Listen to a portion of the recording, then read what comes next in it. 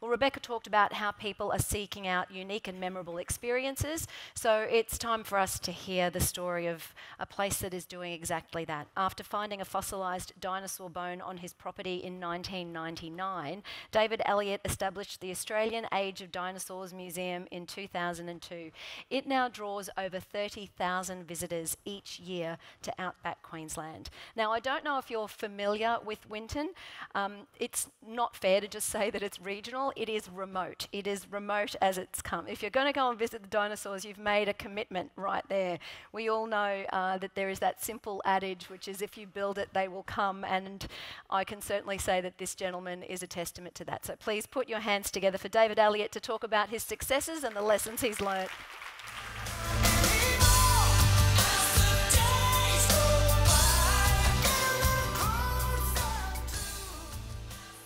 Ladies and gentlemen, it's a pleasure to be here today, and I think I'm probably going to be talking a little bit of a different level to everyone else so far. And as you know, I come from Winton, a little place in Western Queensland. And I've always believed that, you know, there's probably tourism it's like a big tree, really. And this morning we've heard everyone talking about the top of the tree and all of the big picture stuff that floats around Australian tourism. But that tree's got a trunk, and at the bottom there's roots, and that's where I like to work, down there. And at the end of the day, you know, we've got some great tourism products in Australia. Some of them have been marketed and have been around for a long time. They're very, very good. But there's a few hidden gems out there that are still developing. And I think it's really important that we've got to develop these things. You know, we don't just we can't just assume that it's going to happen. There's a lot of work to develop tourism products that will become Australian icons in the future. So that's my job. Now, when I was doing this talk last year, actually, I said, oh yeah, heaps of time. Yeah, no worries. You know, wasn't the case as it turned out, but they said, oh yeah, just tell your story. So that's what I'm going to do. Today I'm going to tell you my story, which is basically a journey. And like all stories, it starts with the beginning of, and remember the best stories, you know, once upon a time. And so that's going to be my beginning, and hopefully there's a slide going to pop up in a minute, because if it doesn't, I'm going to have to hit this thing again. Oh, here we are. Okay, so once upon a time, obviously, I was a farmer, and I probably still am a bit, but farming's been my life, so I've always been working on the land and for myself, you know, doing your own thing sort of thing, and doing all your own work and raising your family, just like every other property in the bush. And so that was good, but one day, I think I just hit a couple of buttons there, so it's probably going to go twice, is it? Everything went a bit skew-whiff. I've always been interested in natural history, and I got that from my father. And, so I've always, looking for stuff, and I've always reckoned one day I'd find a dinosaur bone, and one day I did.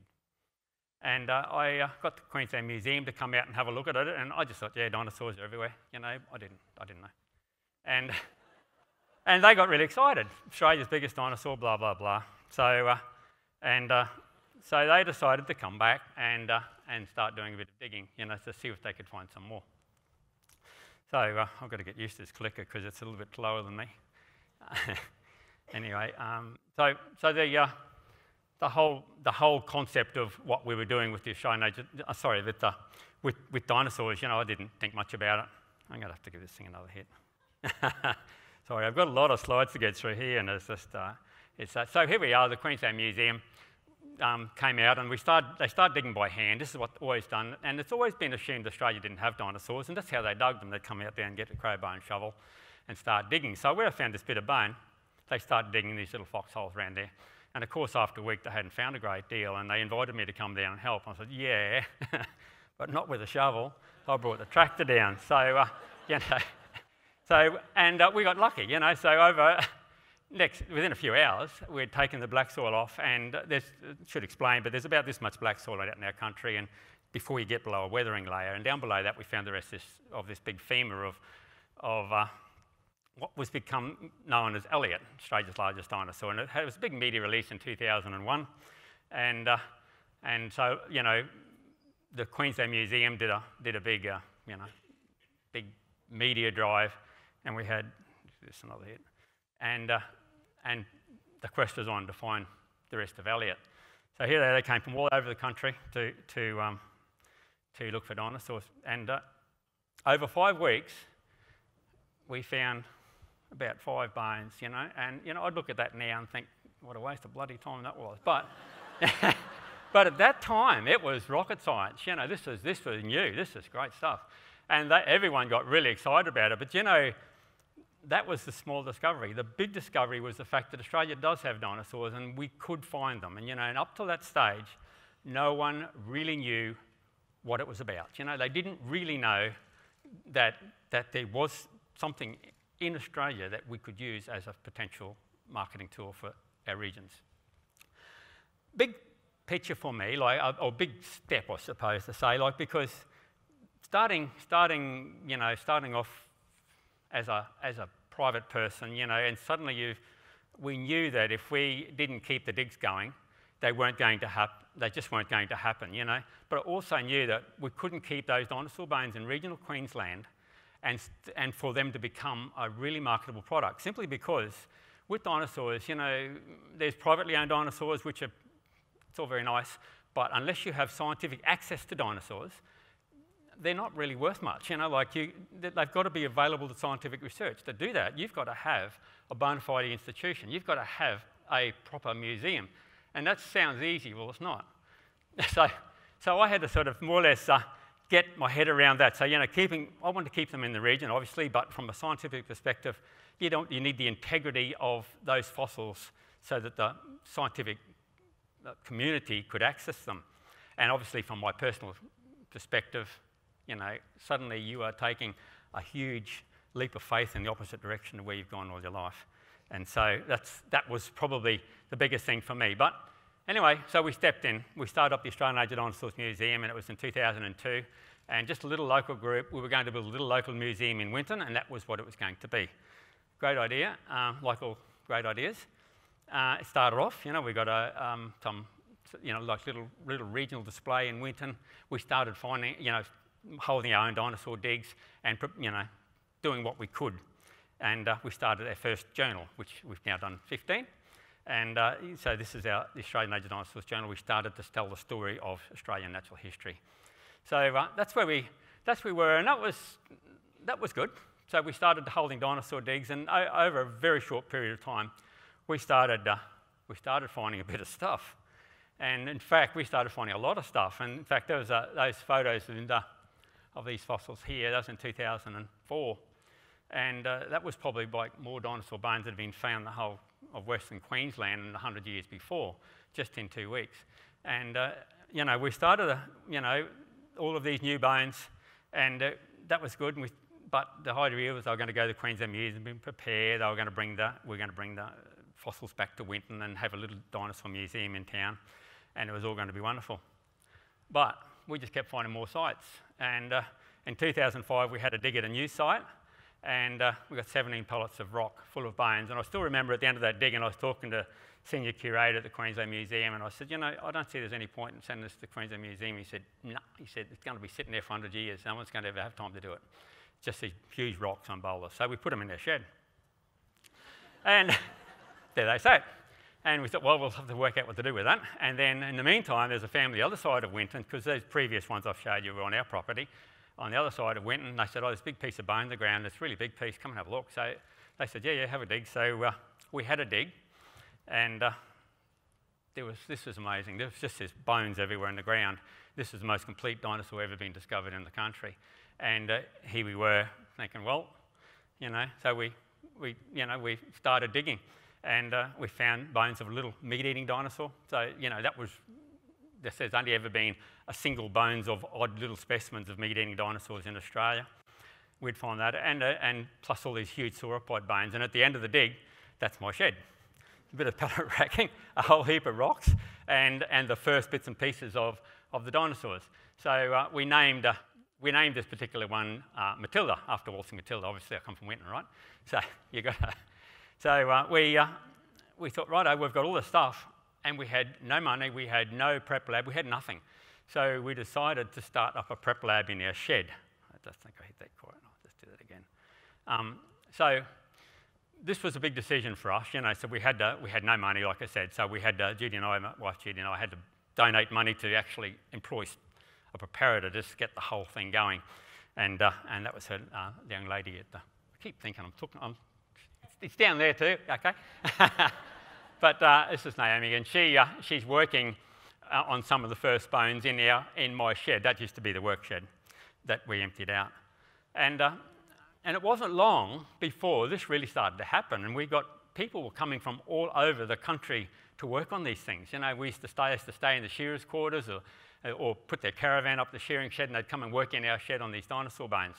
And meanwhile, we had no public, even though we had no public engagement as such, these people just kept finding out about it and turning up. So we had probably over 100 in a year turn up and just work on the bones in the shed, and that was good. But we I'll show you some of these bones that we did. That's the first one was the best humerus of Matilda, being done, and there's a femur of Matilda. These are beautiful bones. This is something that Australia's never had any of this sort of stuff before. And here's this little meat-eating dinosaur I mentioned before. We named it Banjo because we come from Winton, right? And Banjo wrote bloody well for Matilda, so you've got to keep it in the family. So, and in the meantime, but we just keep holding dinosaur digs. So this is going good. Like everything's happening, but we just keep finding more stuff. And if you look at the photos here of some of these big jackets, and that old red truck there was just loaded to the brim when we finished that year. And just as a little aside, we've only just finished all that stuff. But let's hit that again. So here we are at the end of 2007, I should say. And there's my shed again. It's starting to get a bit fuller. So that's Matilda and Wade, the one in concretion in rocks. So that's just two dinosaurs. That's what we've got left in front of us to do. And I just sort of come to terms with this, that this is not really about us anymore. It's not about, I always like, little Winton Museum, we're going to borrow some money, do a little museum in Winton. And I came to terms with the fact that it's not about Winton at all. It was really what we had was probably the best or the biggest collection of Australia's dinosaurs in the country. And here they are sitting out on a property, and I realised that we have to do something, not just as a Winton attraction, we've got to do something that represents Australia. We've basically got a national treasure, and we have to do something about it. But here we are, we're still stuck in a shed out in the place. And so you've got to start thinking about it, what are we going to do? There's more dinosaurs. We knew that we'd only dug a fraction of what we'd found by then. So there's more from there from the rest of Australia combined. We knew that if we didn't keep going and if we couldn't keep the digs going, it was going to all stop, because there's a lot of local reliance in there. We knew that we had a product that was a world-class product, and we also knew that, like the museums around the world, a lot of those big natural history museums in America, they were founded on their dinosaur collections, and I thought, well, what's the difference between them and us, apart from like 150 years, they started a long time ago. We're just getting started. So I started to think about what could we do? How could we do a museum that's not in town? I don't want it in town, you have to build a natural history museum. It doesn't want to be in town. It's got nothing to do with town, So we went looking for somewhere to go. And just outside of Winton, it's probably about 25 kilometres by road, and it's probably about 15, 20 kilometres as crow flies. There's a big mesa. There's a beautiful place, and I thought, that'd be great. It wants its own identity. You want a natural history museum that has its own identity. So we got a local landholder, rang him up, a fellow called Peter Breton, and I told him what we had in mind and asked him would he sell a little bit of this mesa. And there's this big silence, and he says, nah, don't want to sell it. I said, oh, well, that's the end of that. Then he says, but I might give it to you. He said, you mob can give tax deductions, can't you? It turns out Peter had a tax problem. And we could give tax deductions, yes, we could. So he donated it, and that was the turning point. That was because suddenly, everything suddenly became possible. Here you can see where the Winton, it's about, I don't know what the go is here. Oh, this one's, I've hit a few buttons here. So here's the Mesa here. There's the Landsborough Highway. There's Winton. And it's just this beautiful natural history museum. I think I've done something here. I didn't touch that. What do you reckon I do? Just hit it again? Hopefully it won't start from scratch.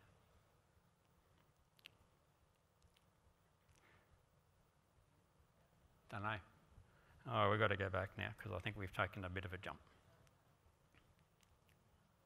Sorry about this. I just, just need these props to keep it moving along.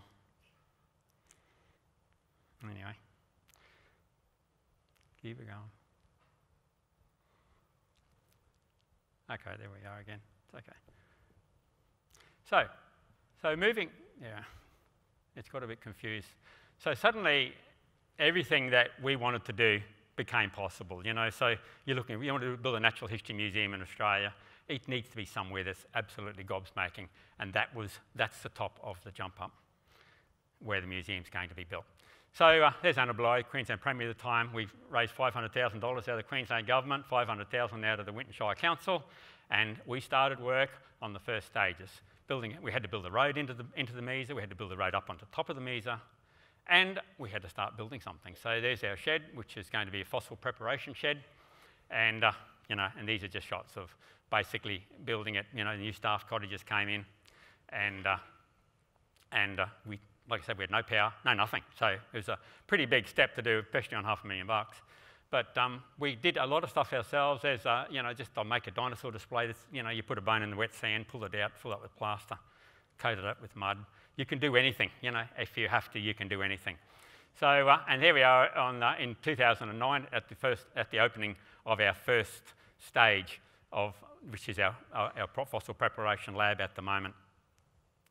And at the same time, we released 3 new dinosaurs. So there was Holotype and Holotype, which was bones from the Queensland Museum from Winton that were described at the same time. But we had Banjo, Australornis wintonensis, Australia's most complete meat-eating dinosaur, and Matilda, or Dinosaurus Matildae, which is the most complete, or it probably still is one of the most complete sauropod dinosaurs in Australia. And that was just the results of what we had done in our shed at that time. And so there we were, we're back to square one, but there's a difference. Instead of in the lab at Belmont, we're now at the lab on the shed, and there's people coming through. So suddenly we had access. There was people coming through, kids coming through, and we could start to sell the Australian Age of Dinosaurs Museum as a concept and start to build it.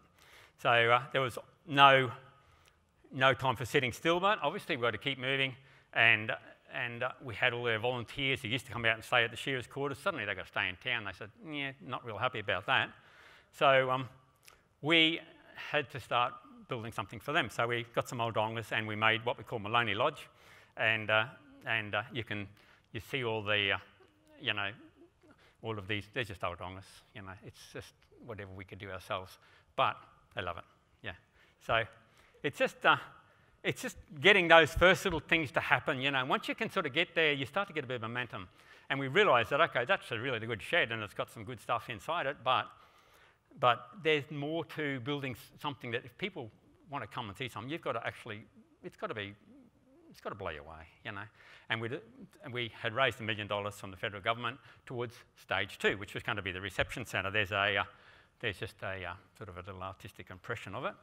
And we started doing it. And the first thing we wanted to do is build something that was just totally unique, so we decided to, these are all tilt-up panel walls. We made latex mats of the rock, and then we threw different colours of concrete onto there, and we stamped them with the mats. And you can see the result up there. See the blocks on that white gravel pads up the top there, and you can sort of see the colour trying to bring that feeling of belongings, because we wanted to have a natural history museum that belongs to where it is. It's got to blend, it's got to look right. And so we put a lot of work in getting that looking right. And here's the first walls, the reception centre going up. And over a few months, we just kept chipping away. Had no money. We had, like I said, $1 million, and 60,000 of that had to go to a business plan and feasibility study. That gave us $960,000. The quantity surveyors told us, yeah, $2.6 million to build that. So you do a lot of stuff yourself, don't you? And that's what we started doing. And it's pretty simple, if you just get in and start digging. It's all solid rock, so you've got to get jackhammers and stuff to cut septic tanks. And that's the car park bollards. They're just post holes. We dug them and filled them up with concrete and dug them out with a tractor. So, but they look great, yeah. So you can do anything, hey. And of course, no museum is complete without a dinosaur, and we had raised $150,000 from the John Villiers Trust to build Banjo. So we built Banjo, and that's what Ostrovenator would have looked like. So there's a reception centre when we opened it. Simon Crean came and opened it for us in April 2012. 2012, yes it was, yes. And that's more or less what it looks like today, except it's got a lot more grass growing on it. So basically, this is a thing of trying to get things that are a little bit different. All around the world, there's people like museums have got holotype rooms. A holotype is the name bearer of its species. So a new dinosaur, like Banjo and Matilda, they were holotypes. And so we want to make our dinosaurs available to everybody, not just be hidden away in museum collections. They've got to be available to the world, So our first thing was to have our holotype room open to the public, and that was all part of the new reception.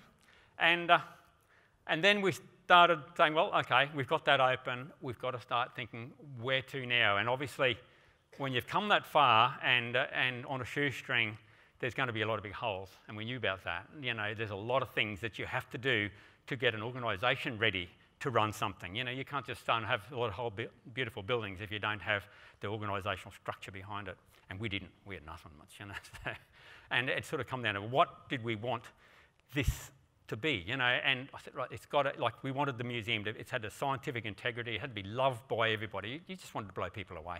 You didn't want them to come and say, oh, yeah, that's all right. It had to be really amazing to be an Australia's premier natural history museum. We wanted it. It's got to be the best, okay? So we had to start working out and doing some strategic planning on how we were going to build this thing and where it fitted into the ultimate big picture of the museum. And of course, there's all the boring stuff, yeah, like HR and policies and procedures and stuff like that, yeah, which I've never been good at. So, but moving on, we're sort of getting all that together, but we still had a couple of problems. One was kids, of course, always coming, looking for the real dinosaurs. And I just remember when I was out on our property once, and we had this family come through, and there's a little bloke, he's about 4 or 5, probably 4, and he was dinosaur mad. Anyway, he came, and he did the tour, and we showed him all these dinosaur bones and that, and he just sat there and looked and didn't say a word, and he wasn't that impressed really. And just as I was about to go, he started yelling, waving his hand around. He had tears running down his face. He saw on top of our air conditioner a little plastic dinosaur that long. And he was so excited because we did have dinosaurs. And I've never forgotten that. And we kept hearing about it from kids, families and stuff, wanting to see real dinosaurs. So we knew we had to do that. But we also knew that we had to start working on the site of the new museum. The Australian Age of Dinosaurs Museum, we identified 3 sites. Stage 1, where the prep lab is at the moment, which will eventually be back of house. Stage 2 is a reception centre, which will always be the reception centre. But Stage 3 is a museum of natural history, hasn't been started. And I just realised, I'd have people come, government people come, and I'd be waving my hands around and saying, yeah, we're going to build this great museum over there, and point across the gorge, which is 2 kilometres away. And I knew we had to start to really sell the concept of that museum. We had to get on site. So we started looking for money. And thanks to the Queensland government who put up money to do the first stages of what we call Dinosaur Canyon. So the new museum is at Dinosaur Canyon. And we built a little outpost building there. And it's just basically somewhere to drop our guests off. And we started putting in, sort of disabled access down through the gorge. So we've got, so you can walk right down through the bottom of the jump up, and we started to, let's get that another hit.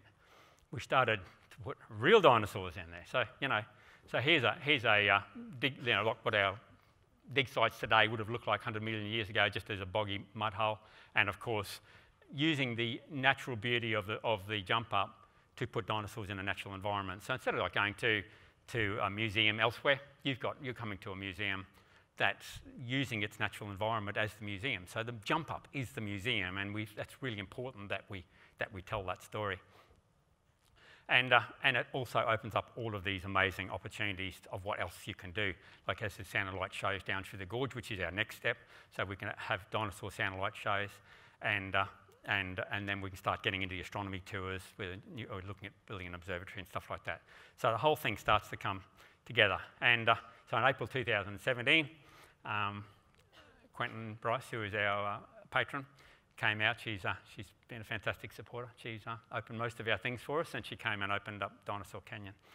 And now, when I mentioned before, like the big picture of the museum, and you see where our stage one is. This is an old photo. And God, we've got a drone. I could have got another one, but didn't. There's the shed. The spot up there is where the reception centre is, and over here is where the new Museum of Natural History is going to be. And it's where Dinosaur Canyon is. It's where the Dinosaur Canyon outpost is and all the outdoor exhibitions. So suddenly, we're starting to become viable, because, there's suddenly enough of a product out there that we can start to sell it. But it's only just starting, like it's only in the last 2 years that we are actually getting enough of that product. I was saying before about the roots of the tree. The roots have got to grow, and they're slow. And it takes a long time. But if you don't have a good root system, you're never going to have a decent trunk, and you're not going to have any top at all. So it's important that we just keep building away at that, but it is slowly becoming viable. And here's our car park. This year in school holidays, we went from having, hardly, I think our biggest day when we started about 8 years ago was 125, maybe 125 people in a day. We were amazed. Last year we had 570 odd, and we were on off our feet. And it's sort of getting a bit, it's becoming a little bit of a problem almost, because there's almost too many people coming at some times, and we're not quite ready, so you're still growing. And of course, we're still holding dinosaur digs, aren't we? And we're still finding dinosaurs, and we're finding a lot of stuff. So if you look at some of these, some of this is a complete neck of a sauropod dinosaur. There's 10 vertebrae in a row. It's all complete, there's huge big neck ribs. It's amazing, so and this is in the lab at the moment being worked on. There's so much stuff, and you just know that this isn't going to stop, but we have to keep the work going, and we have to keep the organisation going to be able to create that major tourism product for Western Queensland. And so the dream continues, but also you've got to be working on where, what's in front. You've always got to be looking to the future. And so this is stage 3.2. So stage 3 is the new museum, but we decided to put in Dinosaur Canyon. Okay, stage 3.1. Then we decided, oh no, we better put in this too. So this is the observatory up here. That will be, hopefully we're looking for funding for that now, but that's all been designed so we can start doing night tours, and because we've got some of the best skies. In fact, the museum is has submitted an application to become a dark sky sanctuary, and we're hoping that we'll find out in a few weeks. And if we do, it'll be the first one in Australia, and we're really hoping that's going to happen. And but we have got skies, they're some of the darkest skies in the world. In fact, I think because it goes over to America, they had to look at our figures and we had to do a lot of cross-referencing with our figures to prove that they are as dark as they are. So we've got exceptionally beautiful skies in Western Queensland, and it's just all about bringing that together and making another major tourism product that adds to the dinosaurs. You've got to keep bulking up and building. Don't just sit there and say, oh, let's go with some dinosaurs and it's going to be great. We've got to keep expanding infrastructure, expanding your product, and then as you do that, you can start to market it, which is where all these people who do the stuff around the outside of the tree are really, really handy. But we've got to do this bit of stuff down the bottom. That's my job, and that's what we do. So, and some of you might have heard on the news a few weeks ago about the new dinosaur trackway that we discovered. And it's at the bottom of a creek. It's really, really fragile, but we've moved about 25% of it, and that is also going to be at Dinosaur Canyon. It'll be almost part of it. It'll be right beside the new museum when it's built. And so it's all, doing this next step. Just keep doing that next step. This is the concept designs of the new museum when it's built, and it's pretty amazing, really. At the bottom of the gorge is the end of the pathway going through Dinosaur Canyon. So people say to me, when are you going to build the new museum? I say, we're building it. We are, because we've done all the outdoor galleries are pretty well done. And Dinosaur Canyon Outpost is actually just a little tourist spot when you go and do the outdoor galleries from the museum. But for now, it's actually the destination, but it will eventually just be part of the museum. And as the trackway building and the Gondwana Stars Observatory, they are also connected with the new museum. So this is where it's going. So you can see here, there's Dinosaur Canyon Outpost, there's the pathway down through the gorge. Up here you've got the Gondwana Stars Observatory, you've got the March of the Titanosaurs, which is what we've named our sauropod trackway, and at the end of the pathway is the new museum up the top there. And so that will become the Natural History Museum. And it's sort of pretty important that, you know, that when you are doing these things, you've got to keep looking at that big picture and how it's all going to come together. So, and I when, you know, like probably explaining why do we do what we're doing and what its reasons for. And I think for anyone who's wanting to identify new things with tourism, is you've got to identify what can you do that no one else can. What have you got that no one else has got? How can you make that into something really big, you know? So don't just look at the little picture. We started doing that. We'll do something small in town. Keep thinking big. Keep thinking big, because if you do, you mightn't get to that big, but you will keep expanding. You'll keep get that. Don't let that big picture out of sight, and break it up into stages. So just do what you can do. And it's a funny thing, you know, because I used to shear my own sheep. Not shear them, so I crutch all my own sheep, and it just, you know, I used to do about 12,000, 14,000 every year. Pretty demoralising job, because I could do about 400 a day, and you know, after day after day after day, you got that way that you didn't even want to get out of bed in the morning, because you knew that you were going to sit in this hot, smelly old shed all day dragging sheep out. And sometimes you'd think, you know, I'll just pull up the salve, you know, and I'll have I'll go and do something else, and I'll get fair up them tomorrow. That sounds good, but it doesn't work, because once you stop dragging sheep out of that pen, nothing's happening. So if you want, you know, the only way to do it is you had to keep walking in, catch another sheep, drag him out, chuck him down the sheep, walk in, catch another sheep. And you had to keep doing that. And if you kept doing that, it's like eating an elephant. You'll slowly work your way through it. And if you don't, it stops. So I've always thought about that. I think I base a lot of what I do on that. Do it in steps, but don't stop taking those steps. Keep working away at it, and don't get overwhelmed. You know, because you do. It's a bit like, you know, you walk in the shearing shed and the sheep all the way to the back there, and you think, oh God, I can't do that. Don't. Just concentrate on the next one.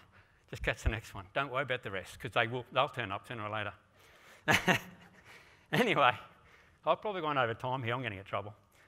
So the most important thing is, you know, when you're doing this is stay motivated. Stay motivated. Don't let things get you down, because they do. You know, sometimes you feel, you know, I used to lie awake at night and think, what the bloody hell am I doing, you know? But yeah, just next day you'd sort of get excited again, and you just kept driving yourself into it, and after a while it starts to come together. And you know, and the thing is that surround yourself with passionate people. They're out there everywhere. Get them behind you, get them working with you, and feed off their enthusiasm, you know, and don't try and do everything yourself. Don't ever let anyone tell you you can't afford to do something. Of course you can. Just start. You can afford to do part of it. Do what you can. Work your way into it. And yeah, just take pride in what you do. So we've always, you know, I've always thought with the Australian Age of Dinosaurs Museum, don't just let it, you know, stagnate or you know, like keep it moving, keep it inspired, and don't be told that you can't afford to do it, because you can. Never stop dreaming. You know, things change. Like that March of the Titanosaurs trackway, that wasn't part of the plan 12 months ago, but suddenly you think, oh yeah, fit that in. So readjust. Never be afraid to change your mind, and never be afraid to go back there and have another look at something, and keep looking big picture and keep going and think about where can this go? What can it do? How can it make it better? And that's about it. And so really, yeah, life's a journey, and you know, so you make sure you enjoy it. You know, like it's not a destination, it's a journey. And all you have to do is just keep walking and catch another sheep. Do I go over? You did. Sort of would. It's the slide's fault. It took too long. No, you didn't. It was really wonderful, especially this year being the year of Outback Queensland. It's really exciting for tourism to have you there, and I'm sure that everybody can, you know, this snapshot of a man who is a sheep shearer who ends up being a pseudo-paleontologist and then turns into a major tourism operator is quite a story. Oh. probably one for a movie, I would think. No. Now listen, we don't have a lot of time for questions, simply because it's now lunchtime. Oh, good. But I know you're going to stay, and that if anyone has some questions for you, because even in terms of the way you actually went about this, you're still operating as an NFP. Yes, from that's what right. I understand, and you've had these innovative programs to be able to really engage the people who come, dig a dino, prep a bone. This way of being able to engage the people who come and see you, and not to mention the fact that there is now a reason for people to stay a little longer when they head out towards Longreach and then a little further out. Put your hands together once again for David. Thank you. Thank you.